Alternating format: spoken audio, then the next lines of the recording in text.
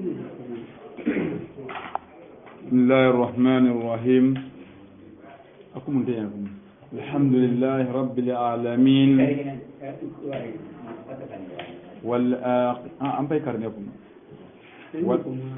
والعاقبة للمتقين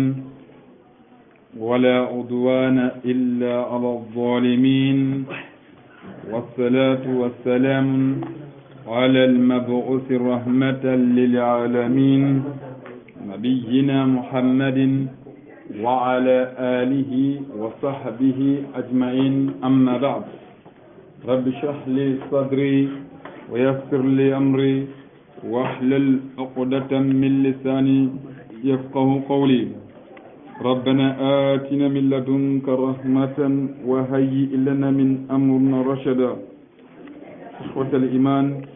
السلام عليكم ورحمة الله وبركاته. لنكتنا نينا أكتوبر قصن تنبلن هلو سينين غوجين في السمر سبو وداخنا نجمو قدي درس كما أيضا تفسير القرآن الكريم na Allah dali kala muntoke na bangan likata sunin kan kannina oda Allah nyaga o taare ke kunno Allah na golle kenne on dodangan wonenu ko ani sabat ni qotu konnen kamma ano o sunna mun sabat ni gollen kembakati anallo wancu khayna golle ndangani e kenyinu kuna ona Allah nyaga qur'ana ke barakenda asigira khebe ga Allah ma ano de mo hajinun kamma hajinu bil muslimun nto ragantan won insha Allah. ينبغي اقرأ وقل سورة النساء آية لقرنا إن شاء الله تعالى.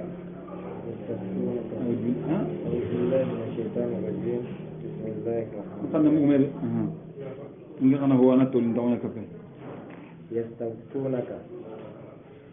الله عز وجل أدالي أتفارن صلى الله عليه وسلم إورنا سيمورو نلان ترندي.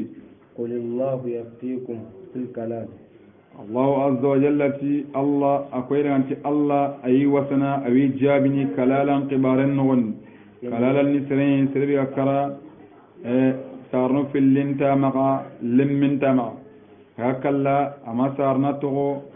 أما لمتغو إنك يغلق كلالا كم بغت كين خين قنا كمغو كونو لونو كين خين نغني أخين مغونا الله كين يكونو أتي ورننترني كي سرن شيها قبارين إن امرؤ أهلك إن امرؤه هلك سرينينا كينا أغفاتي ليس له ولد لمن تامغا ولو أخت لمن تامغا جدا نغارينا مغا ألو جدا نغارينا هابيا فلها نصف ما ترك تخن دنيا دنغني كيبغا توغو نابريكي كندو kalala kera kebe togo ona nabreke tani sado filya sada bani ngira nyagaren nawto nyime wa huwa yarsuha kem bakati gella ngana yagaren ka gakara kalala nyina gaya yagaren kan kara ka kalala nyina masarna togo amallemme togo ada awa serbi kan kawarna kay kinna gidan nyugonye kem bakati gidan nyugo ki ka kun wa huwa yarsuha gidan nyugo kena ki yagare ka khayene aken qalni kambire aken nabren tu sawtu illam yakun laha walad lemme ganta maga fa in kana ithnatayn fa in kanata ithnatayn gelli filli nanya le gina nyargo filli nanya suro filliya lahuma thulthani sulusan ñinñi na kubbi est ce que anke muraja ba anke même pas muraja falahuma sulusan ñinñi ne fillangan ayagani nabreke taxandi sikkannim pillani naam mimma taraka kebe agada togo in kanu ikhwat gelle akhinu nyanga nani igabe nyadi iga habea rijalan igunyani wa nisaa adu yagharu falyadhkir والذكر مثل حظ الأنثيين أوايغو سودان يغرو في التقي كين كي كو أغنيا يبين الله لكم يبين الله لكم الله بغني غرغني أن تضلوا أنا قم غسانكو والله الله الله بكل شيء الله تفوف سكما عليم. توانين أعوذ بالله من الشيطان الرجيم بسم الله الرحمن الرحيم بسم الله الرحمن الرحيم وغارن سورة بيجو بسكن سورة مائدة إغان قلم بينكم نجورا إنك كان إغان قرين كي هاجم الناسين إغان قلم بينكم نجورا أواس سورة كنغندي إيسا سورونغا إغان أمور إيسا مغان نانتي مغان دا إغان قلنا يانقاني إكونا وريني إغان غن كي إغان تجتو غنتي كم با سورة كبو ترتيب نغندي قرآن ميرا بيت مغنغا سورة كرغاندينغا sura ke yang kafaren magan madina ayan kontinga kamera tampille ayan bismillahir rahmanir rahim oda qarani nyopati allah togonga hinna logon tenkama do hinna qarran tenkama يا أيها الذين آمنوا الله دالي يا قوم بنو غتونغوندي أوفوا بالعقود قتمني تقتوندي هونغا لايدن بنو خانغاني كو قد تمندي وحلت لكم بهيمة الأنعام إذا كان يقدرنا نقول كارهم منشينا قلنا يقومون دوننا تمسنا على ركود كان يقدرنا إلا ما يتلى عليكم أكن تكيب إذا قرنا كما كنا نتكم فرا منتين لا بس لو كنا فنقدر نعم أما قول نعم لقى باتر نيو يندا بات نيو نعم ها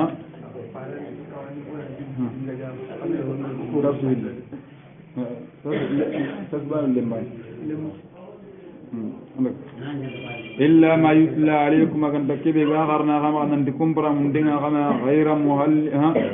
محل صيد أكنتا أكنني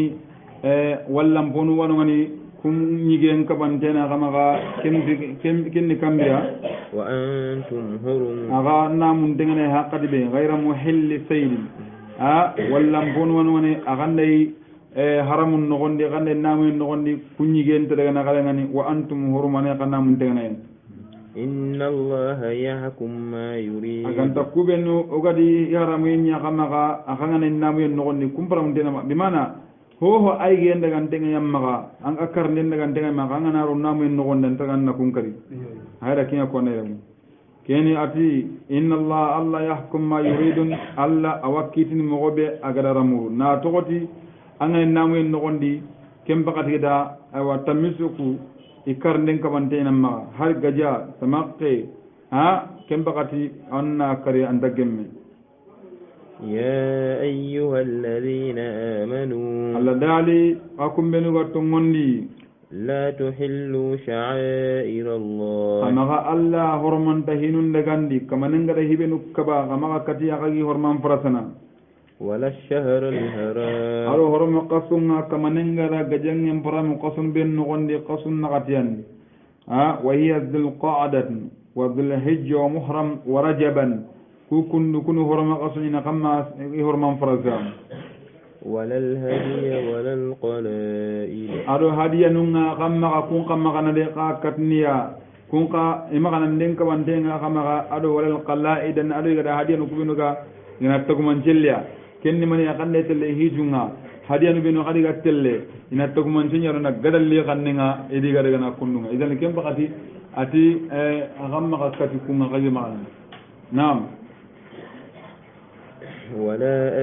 آمين البيت الحرام أرو برم بيقنا على الكعبة قرقر من دقات الهيجونا أخرم مقا كوهر من فرسا يبتغون فضلا من ربهم الله عز وجل تخاك فسمونت أمور نغرقا كمانا ورضوانا أدو الله دنينا وإذا حللتم فاصطادوا قال لي قندا بغو هنامو ين برم بيقنا خني أنا تنجي نبالي باسم تكين أنا خاتو غارم نامو ين غدي أنترغنا خدنغني أغانا خني دبري ولا يجرمنكم شنآن قوم سروقنا غنم مغلقين لتاغي أن صدوكم عن المسجد الحرام iboni manda igada ka koppa na kayla ni bakkam ni di horman tekiya أن تعتدوا akana nyadi kam ay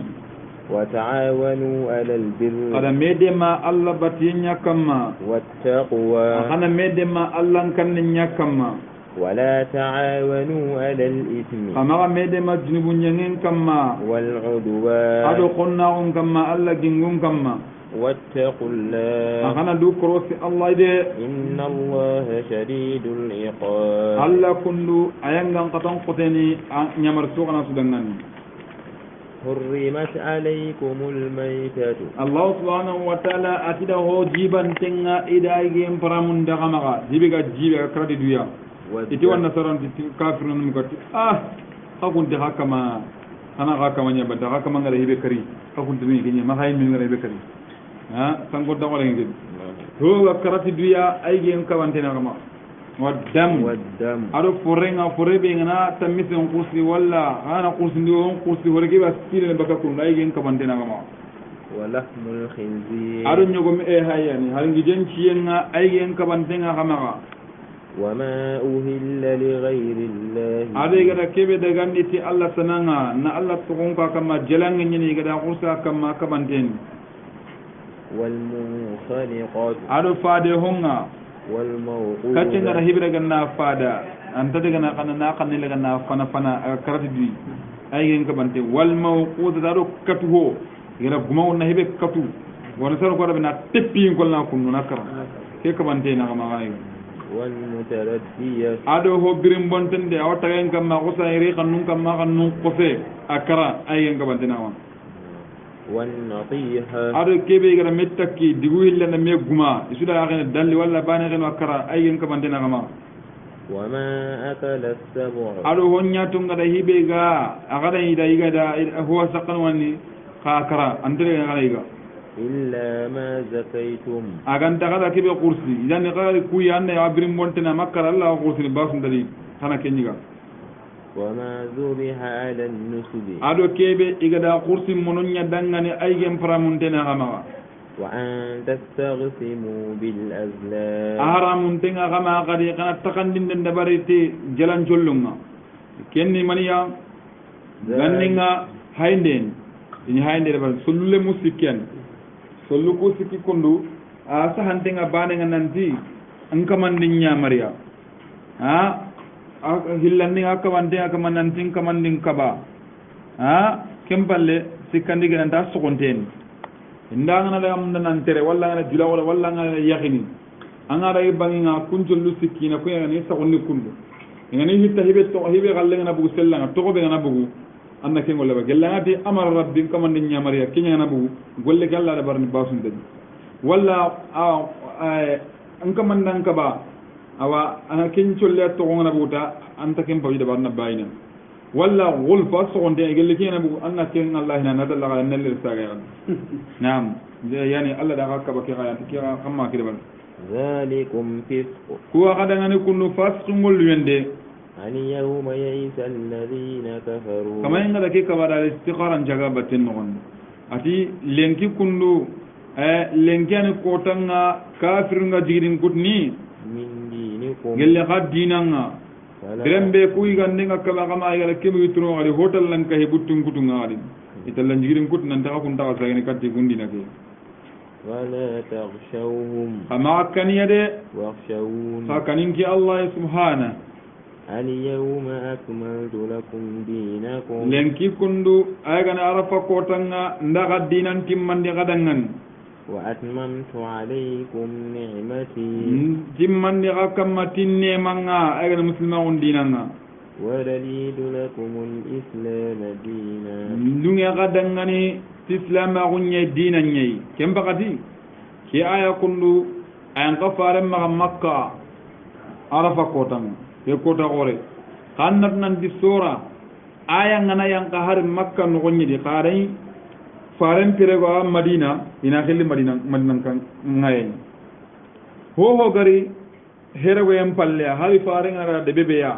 har nay makka de binno en da continue makka aya ina continue madina aya faren billaga herego no aga makka no gondi aya suga yanga faren kam makem ba har gena taif har gena debe suai aya nyaga yanga kemba na to ga ma herego ina konti makka ayam ni ke aya kundu ayanga arafa anga wana konti makka ngalle ga anya herego em palle farenga arafa kotanga ke ayanga kamma nanti lenku kundu arafa kotanga nam kota gore haya kotanga faren jigin tenga ga arafa aya nyanga kamma nan dal yawma akmaltu lakum dinakum ha lenke nga daga dinan timman daga Allahu akbar ke aya kundu fare sallallahu alaihi wasallam ga aya ke khara sahaba nun kontanga kota nyagali en fo gore mba kotanga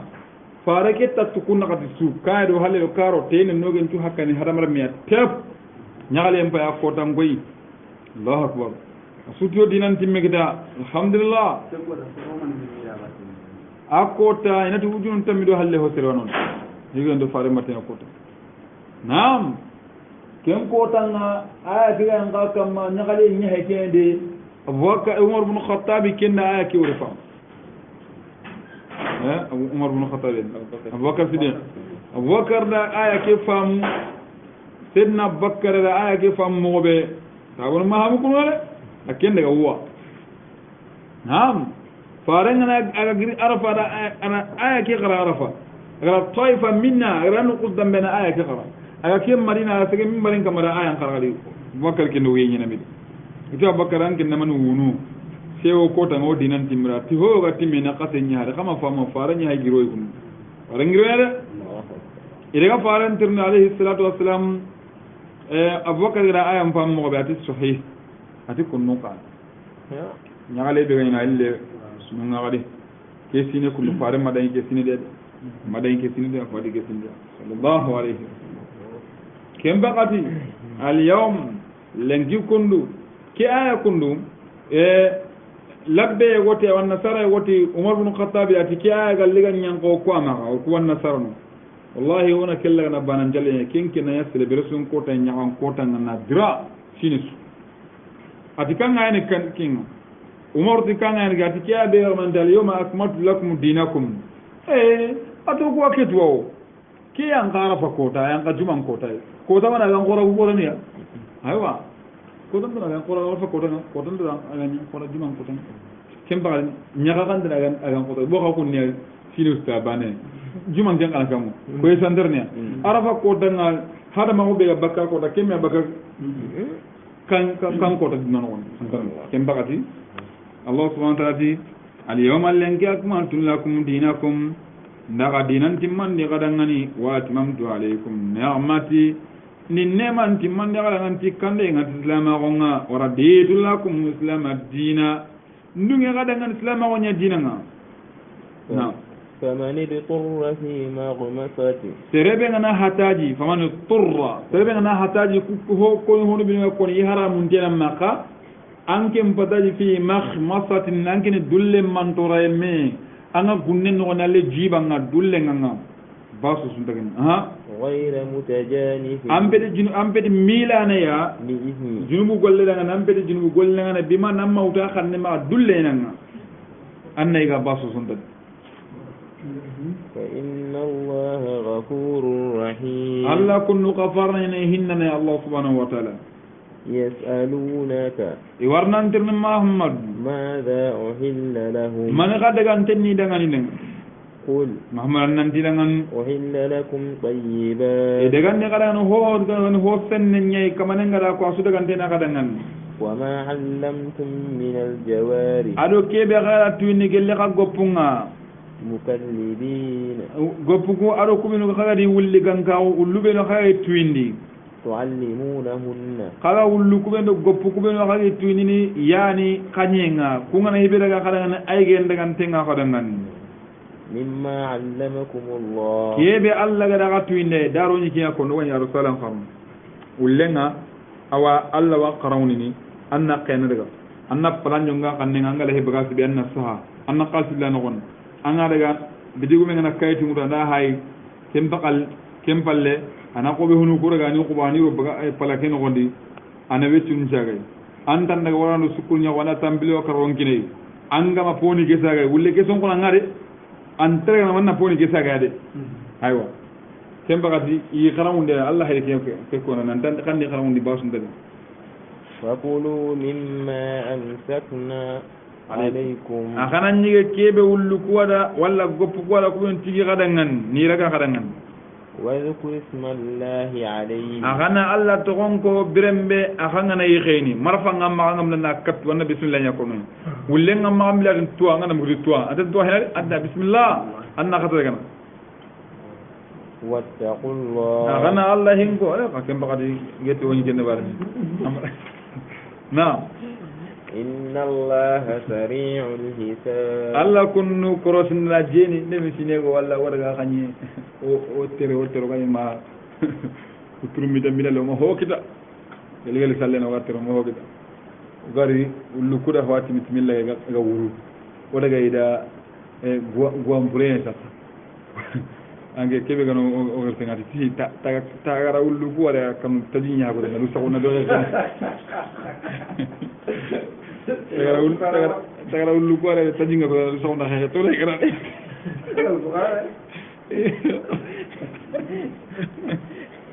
wallagana fo yo taliben portdamuyi kene allah subhanau wa taala ti wattaqu llaha kana kan allah inna allaha lakum sari'ul hisabi korosnda jeni allah اليوم أحل لكم طيبا lenki kunno daga ni kada gon hogan hosenne nga halale ngora daga ni kada ngan وطعام الذين أوتوا الكتاب aro yemmu nyigande nga wada kitabe ngini ku al yahuda wan nasara igandu nga daga tinga kada ngan حل لكم daga tinga kada ngan وطعامكم qaga igandu nga حل لهم daga tinga idangan والمحسنات tangi yagarunga mu'minunga من المؤمنات gel mu'mini yagarunga kana kunyaki basu suntadi والمحسنات tangi yagarunga kadi من الذين أوتوا الكتاب ubenuga dutanga baka jeninga gelli al yahudiyanun kit yagarunga al yahudi wan nasara yagarunga kana kun kala kana yaki basu suntaken kadi من قبلكم من قبلكم من الذين قال يم اوتوا الكتاب ورا كتاب كن كبن من قبلكم كل ينكان اذا اتيتموهن اجورهن قال لي خانا كنين يا يهتم بغا غني يا باس انت والنصر يا غري الله يا غني كي محسنين غير مسافحين اغانا رغا قال لي يا غان كا وني اما يا قدغني جيني غير ان دي غنا قدمنا ولا متخذي أقدام أخنا مغيرا خنا يغنونا دودنا خن تيغن ومن يكفر بالإيمان سيبن دا كافر أوت اللي من أنكاهونا فقد هبط عمله أنك من قلن بنو وهو في الآخرة من الخاسرين أنك من قل الله غرا كوتان ناري أنك كاين قل خسرن تيمو يا أيها الذين آمنوا الله دالي يمكوبن وغتونغون دخكم مؤمنو إذا قمتم إلى الصلاة أغنى في كتا سلنغا بمعنى سلي وقتنا كي خانا من نغير كتا سلنغا فاغسلوا وجوهكم أغنى خي سنن ينقي وأيديكم أرو حكيتونغا إلى المرافق كتا سيغنتم منو سلجم فارلون ني هاي نكون سلجم فارلون ني هاي كونو وون تون كو جغاني بوغوميدي خا كوبين وكوني آية كن ونا ngari fam وامسحوا برؤوسكم أغنى غي ممساي سلجي كنو غندي وأرجلكم ألو غتا نونغا إلى الكعبين كذلك وان قطوم يعني كم بقتي هو هنا غني رنقني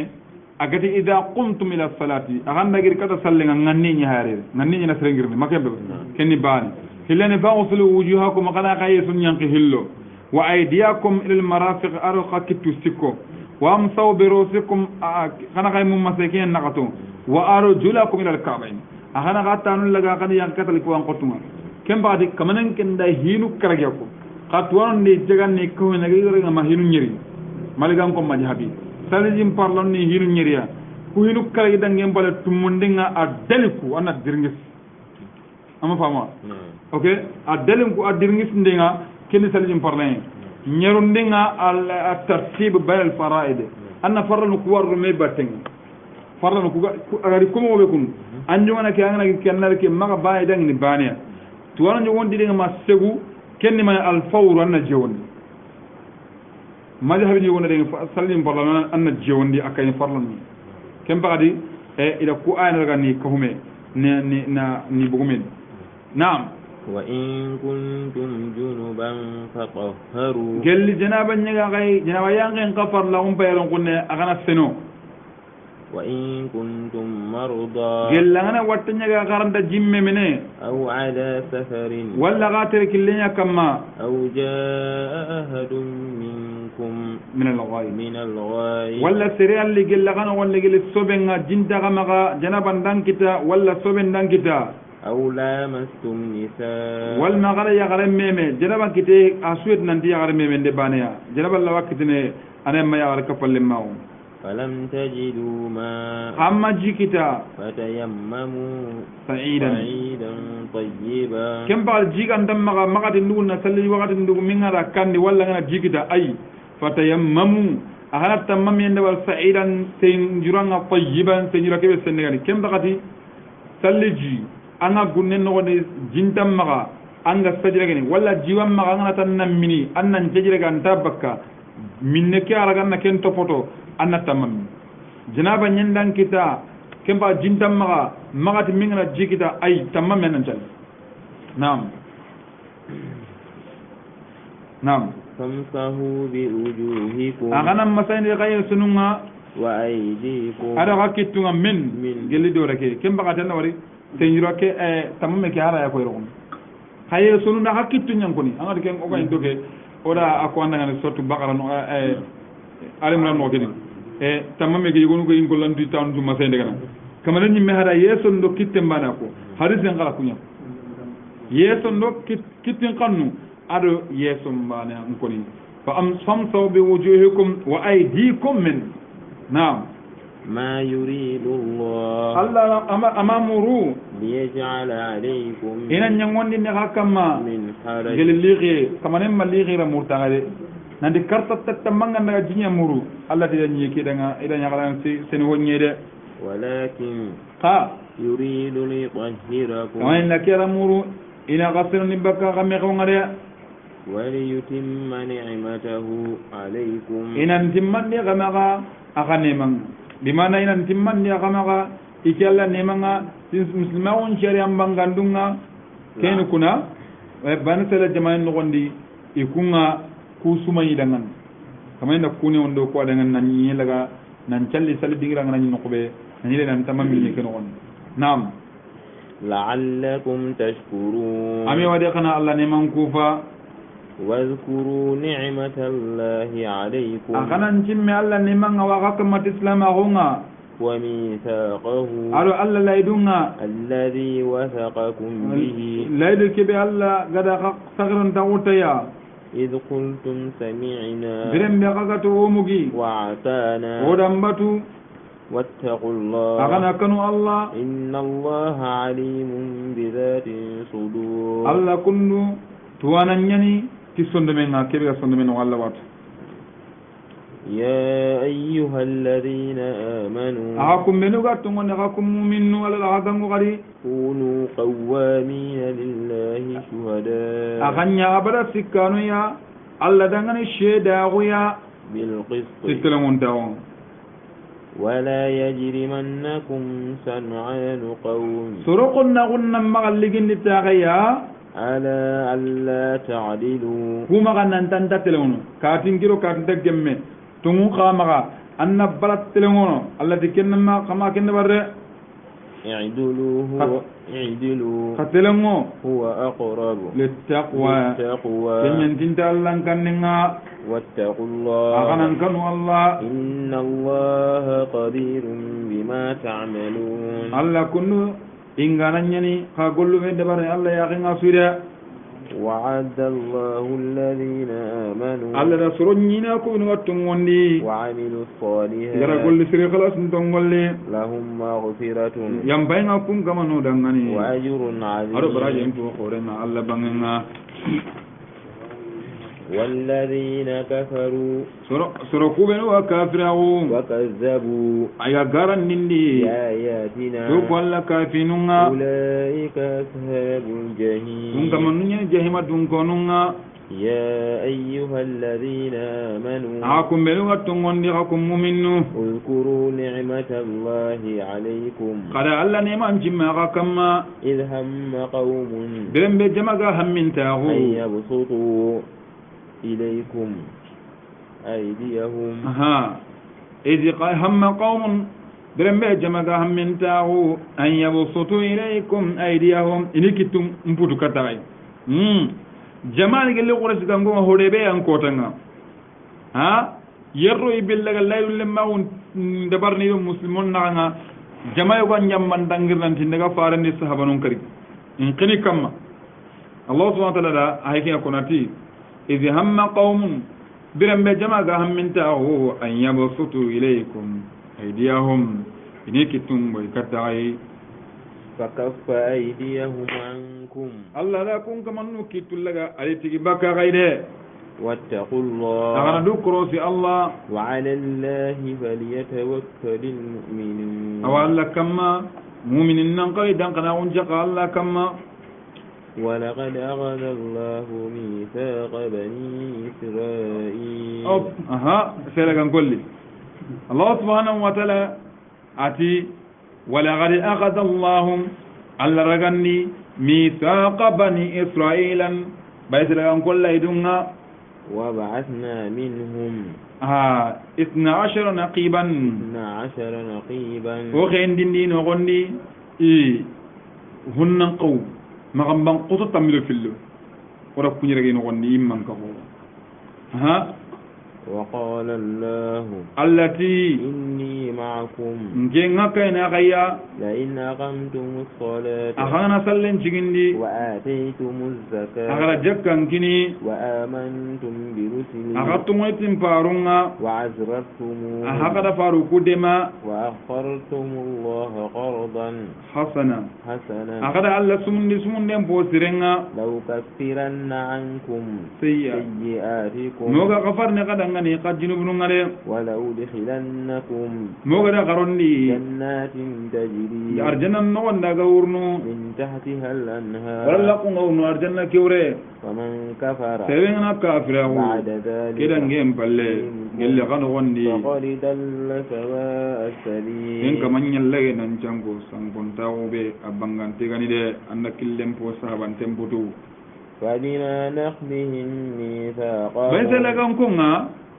الله عز وجل يقول تملو في الله رجع بكينون إيمانكو إن دجال لايرون تيمان لاير بيجي ولا نخ التي جل كان دجرين نانتي قول لك كم سو نانتيا كم لاير بيجي غير أتانغا نكاي نعال خلينا نسلم جيندي خلا جكان كني خلي قطون تيمبارونا أغادي سمبندي إتي أغاتي وأقرتم الله أغلى الله سموني إتي أوا كتانكي مسكين أقول لك سيتي محمد كمان تي موغاني سمونيا نوري كم بقتي الله تخند كربتا من غدا غادي نو قفار نقدي منا نعم وبما نقضهم ميثاقهم إلى بغرجين شبابنا لعنهم أنا تقول لي أنا كنا لا يدسوا إلى التوحيد ولا لا ينقلنا لا يدسوا إلى التوحيد ينقلنا التي فبما نقضهم ميثاقهم إلى بغرجين كسبوني لعنهم ولي لنا قطب كوني منا وجعلنا قلوبهم غاشية ولي صنمون يصنون كاوانت انت تموني يحرفون الكلمة يوكل دغامل لغنا الكتاب كي تورد دغامي نا اميلاندي اما وادعه انا بغي دينغرانا ونسوا حظا مما ذكروا به يمورو تقنا او تقكي بكنيا او توكي بكنيا يمورو كينا ولا تزالوا محمد دغلي فاطلعوا على قائنا ولا محمد ولا تزالوا انك محمد دغلي تتالع anga ingini ala kha'inatin minhum ijamban tahinuku iga jambene ho diga layl sugurni angir gi dandi wala ndi swari wala ko sukoni da sugurja illa qalilan minhum aganda sere bucunnu ina gondi ko nu islama gono gondi fa'fu anhum angin nanyam babaki ma annam baqito idangani inna allaha yuhibbul muhsinin alla kundu awai sronte munde ko no wesron tawonde barno allah kun ko man munda ومن الذين أرجل سرنا قالوا وبنغتي إنا نصارى يتكون أكون والنصارى يدي أخذنا ميثاقهم ومن الذين أرجل سرنا قالوا إن النصارى كبنغتو أكون والنصارى أخذنا ميثاقهم ولا الليل الذي يكون قيادة ننتظر الله أرو فارون فنسوا حظا يغمرو تقنا كبه غير ولا نغادي مما ذكروا به وقال يسمى نتي كبه يكون الانجيل كتاب نغني مالا قول لي فأغرينا بينهم وفتندي بين غنا العداوة ولا كنا بيتي من غنا والبغضاء ارو قوتو ينو قوتو مياتا إلى يوم القيامة كتلك من كوتنا او غلي كين كوتا كدا وانا سرون كنا غانكي ما هي كنتكم تحسبهم جميعا وقلوبهم شتى anke nda simma nan disuni balen tabare irame kayen jenyi kana de meti kaye ina mi kana kan on ka wana muslimin ko ngajake isuni bana ken kene allah subhanahu wa ta'ala igara kille ru gurja iga mungul laydu kiya oda khonna um bitti do mena kan katale khama ngora khutu naam وسوف ينبئهم الله واجب موغري خباري بما كانوا يصنعون واجب ما الله غير خباري على خيام كوتانغا اي غول كبير اي غا غولني يا اهل الكتاب اخاهم كتاب غانكو اليهود والنصارى قد جاءكم رسولنا وفارن لكتغي محمد يبين لكم كثيرا اغهوغ ببانغني قدانغني مما كنتم تخفون من الكتاب كيف يغا هوني قال الكتاب النغن كاي محمد ما كان كتب به هو الانجيل دو التوراة النغن اها فارن لغا بانغني قدان ويعفو عن كثير انغتي اليهود والنصارى يسرو نغن يكون كوني ilmu mbani nyikiya kon khabirin be faran ngari sallallahu alaihi wasallam aga kubinu ga yihu gonni ga tan jigini na kamma aga ri bangandi italla mbara faran alaihi salam na'am wa yafu an kathirin allah yampana ho gabe no wonni kharijakum min allah ari khaynangiri allah nuru le nangri allah ya ni kitabe ka ya muhammad wa kitabun mubin ado kitabe nga kitabe ke bangante ga no qur'ana kiya يهدي به الله الله وكنندي محمد ولا كتابك يا من اتبع رضوانه سيربنا ورو الله بين باتنا سبل السلام كيسين كلنا انا ان كمان كانله ويخرجهم من الظلمات كما نكون اواقب غني كون كما ننا انا قبغندي قال لي بتنبين نوندي الى النور كتا مسلما نورنا باذنه دي الله دنيا نيده ويهديهم الله وكون كما نو كننا كتا كلنا كل جبتون ده مسلما ونجلنا لقد كفر الذين قالوا إن الله هو المسيح الله ني إيسا ني الله يكون ابن مريم رمك كنتي إن الله هو المسيح الله يممني كين إيسا يكون مريم رمك بيتاين الله قل هم فرقة النصارى والنصارى جماعة قالت إن إيسا كن جماعتي إيسا كن ابن الله الله رمني jama'ati ay Allah nun cikkan ninyani iti Allah wanwa Isa ni Allah Isa mani Allah walla Isa ni Allah Allah rameni Isa ya ujera ni Allah ne gono kala kyo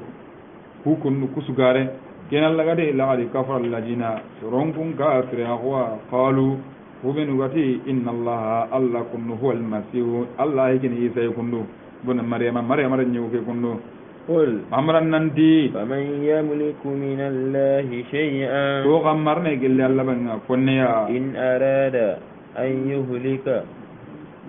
يهلك المسيح ابن مريم أتي فمن يملك من الله شيئا قل ورغني نمر الله بنا كنيا إن أراد أن يهلك المسيح ابن مريم الله نامون دا إن إيسا كن مريم رمكي كن إن هلكي كل أمرنا ننتي الله هاني الله انت هلكي وأمه أريما ومن في الأرض جميعا عرفوه كان يكي أغن كما الله عمنا نسوب بمبور كل أمرنا كينا ولله ملك السماوات والأرض أو الله لغني كم من دنيا مرنا الله لغني وما بينهما عليه بيكون غنى يخلق ما يشاء الله انتغنا كبا غدا قينا تغا والله على كل شيء قدير الله هو سكما أرمين الله سبحانه وتعالى وقالت اليهود نقاتي والنصارى نقاتي نحن أبناء الله يجوكنا الله رمي وأحباه سبحان الله ndadi yanjire konno يجوكنا الله رمي وأحباه وكنا الله خنوني قل يتيرا كونه يتيا يلا كلو مرانچange ke buganti ya غيره me قال لك جابي دي كباترنغا قل امرن ننتيرنغان فلما يعذبكم من نيغا خيانغان قطنا بذنوبكم تيغا جنوبو ngare sira غيره me yang قطنا nalle membuy ay angra wal الله سبحانه وتعالى فلما يعذبكم بذنوبكم من نيغا خيانغان قطنا تيغا جنوبو ngare خارو كي ديغامي كون ديغام بري غدي نعم بل أنتم بشر ممن خلق كم بيغاكم كنو هذا مرمونا غاي بكا كوبنو غاي تغا خاكاين كوي غلا رام من كوتنو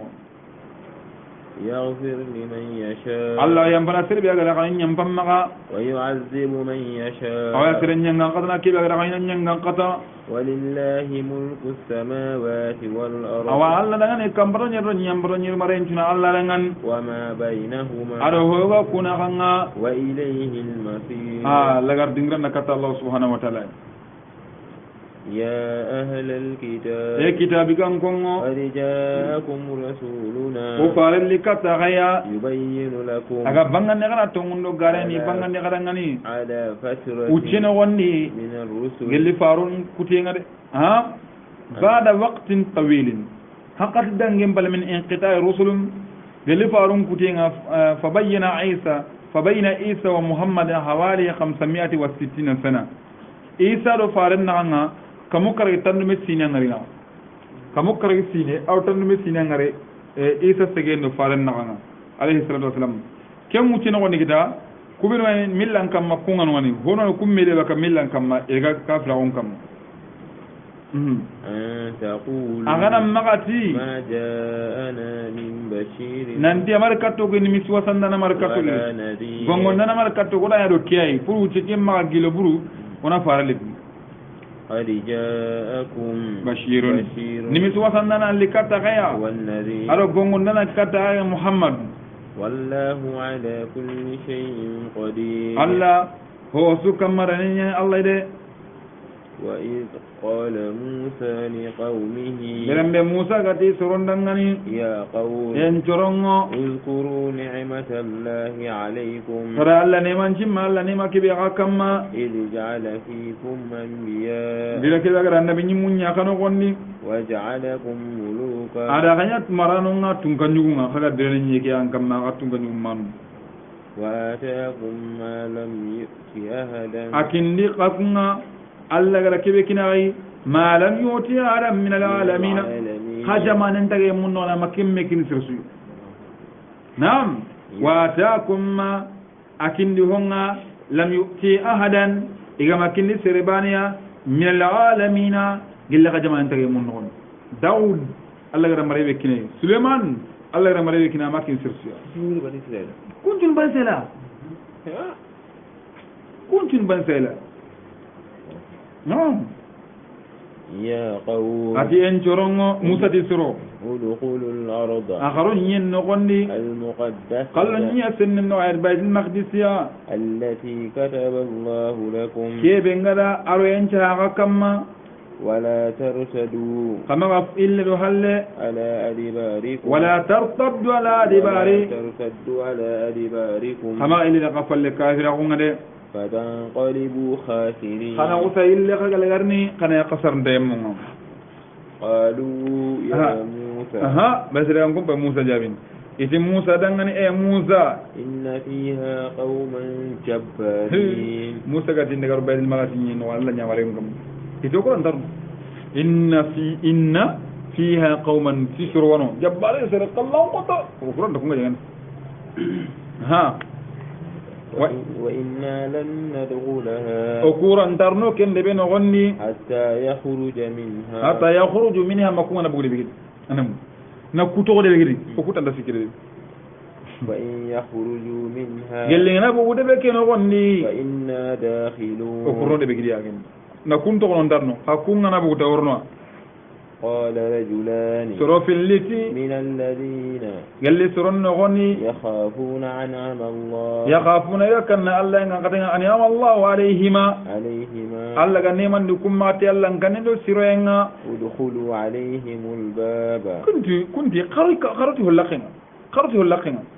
فإذا دخلتموه gelle gandaroti hulaqina فإنكم غالبون aha kunyen nindano نعم وعلى الله أو الله كما فتوكلوا أغنى توجي الله كما إن كنتم مؤمنين يلا خير مؤمنين قتوجي الله كما قالوا دبدي ما كم قالوا يا موسى إذا موسى دعني إنا لن ندخلها أقرن أبدا أقرن ترون دبكي أبدا ما داموا فيها نكوتو كده بكي هلا خذنا هو كوكودر فاذهب أنت وربك إذا دي أنقرتنا كنون إذا فاذهب إذا دعا محمد دعا موسى دعا أنت وربك أنك ندان كمان فقاتلا فهل الله كجاو كوكو ركض إن ها هنا قائد إذا قالوا تاوني ومغربتين أنن كمان دعا خندا كجا خنا النتيجة كذا كني كوكو وكما غربتين ويتاونا باتين قال ربي موسى كما إني لا أملك نجرن ده هو مرنا إلا نفسي مرن تنتسر ساكن تني مباني وأخي أري ناغي هارنا مرن تنين ناغي كبانه فافرق بيننا أن فتن بانشي كيتل أونو من أغنى وبين القوم الفاسقين أولو فاسقين نغنى أن كيتن فتن بانشو نغنى قال التي فإنها محرمة عليهم أن ننتي كدبرين أحرام تنجي ما كدني كلن تقرن كدبرين 40 سنة أن قد سيني وتنوني يتيحون في الأرض إذا سانكو كنن نوني تن قد سيني بيدلن قال لا أدي يقوم بينكين ديا iya ringa hoy e sanko ko baka bunini gatterne nan terene mene ma kala nan le bakki terene tan nagate sini gatterne ni bunnen ko ne kol kanu ngalla ara warna kana kala ko ngala le tourner he kile ande asmati rehdo inan tere tan nagate sini ga sanko kunen non ken tan nagate sini non musa do haruna ha fadi ke mutina won la dali fala ta'sa maghsuno على القوم الفاسقين فاسقين كما maghsuno juno kahir ngana to me gaso ken nyale ho gore kama suno kafim ngam made واتل عليهم نبأ ابن آدم الله دالي تو آيانو كنو هايكنا آدم رم من قبارنيا كنو قابلة دو حابلة آدم رم مو يغنواني إتي آدم دونا جونغارونغ أغر لمبرون بنو كتا أسارني يغرو يغاريا أهوا كنو يغرو يغاري تاهانا غنا يغرو يغاري سارة تاهلندي غنا يغرو يغاري سارة tahana nyugonda ya garenga kullan ta ya gini awa tahana nyugo aw tahillandi nya garenya nya gini tahillandi ka ya gareno tahana nyugo nya gini daga kundwa anken de kiba sarduma anken de kiba sarala da kinya gide anna kiba ne sa gambana sare khalle kera gana na kiya kita bani wanu ngani kendi ay ikeni me ido kiba sardume mina kenya raga ayana qabila mi kena kenya khibara ke horido mina noyen aham min tawra na miga ni kapalle maki ya ki kari tibon manda aga di jegi da nyaara nyaara ke man kani gira nyaara nyaara allah hay kiya gonno watlu alaihim an qara suruku an turum ma muhammad naba ibn adam adam ram mun qibara qabil habilan bil haqq anna qarati tumunyede iz qarraba qurbana direm be gara tinto hon laga ni tinto ndi kata allah iti khibara kiya kaso man kay nga khore mi na Allah subhanahu wa ta'ala tina herenya ho hona tinto hokkini Allah ana tinto hokkini Allah na be tinto hollaga ken ka manyal lage aya tonuna keno wato iti habila akenda jagandi erganna kini Allah subhanahu wa ta'ala qabila akenda mayde bari akenda illi jogodu kawanto ho benu hedde laqaytri gijiduru ala kunya kini Allah kama nga haykiya konno igara ferbe qalle ga yani habila ila kiya qalle ga allati iz qarraba qurbanan derem be gara tinto holla na tinto ni fatuqabbila min ahadihima فتقبل من أهلهما kamanen lagan ni idu banambiya ولم يتقبل من amara gandi الآخر banen قال ati لأقتلنك nan karniya قال ati إنما يتقبل الله inma Allah lagan ni من المتقين baka Allah kanane serenga nakkan walla ngana hibe de bari Allah nakira kan